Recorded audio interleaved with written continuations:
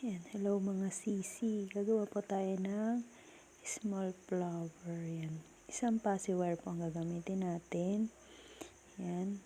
Babaluktutin po natin siya ng 6 pieces. Kita niyo naman po. 6 pieces po yan. Dapat magkaroon tayo ng petals na 6 pieces. Then, iikot po natin siya ng 2 beses. Yan. Ikutin po natin lahat. Tigla 2 beses lang po yung ikot para hindi siya masyadong maliit mga sisi. Ayan. And then, after po nyan, ilalak na natin.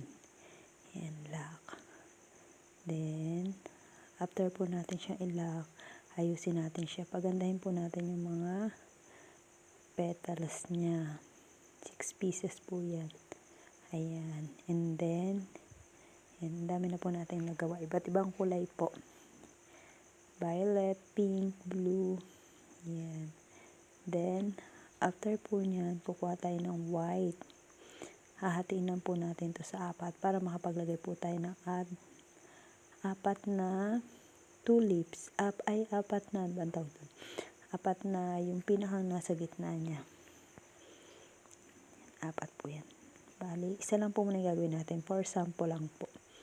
Sample lang yan. Yan. Hawakan po natin yung dulo and then ibaluktot po natin. Hanggang makakuha po tayo ng tamang laki ng bilog niya. And then, ilock po natin siya para hindi po siya matanggal. And then, yan. Tuwid na natin. Then, ipapasok lang po siya dyan. Ayan. May flowers na tayo. Thank you. Babu.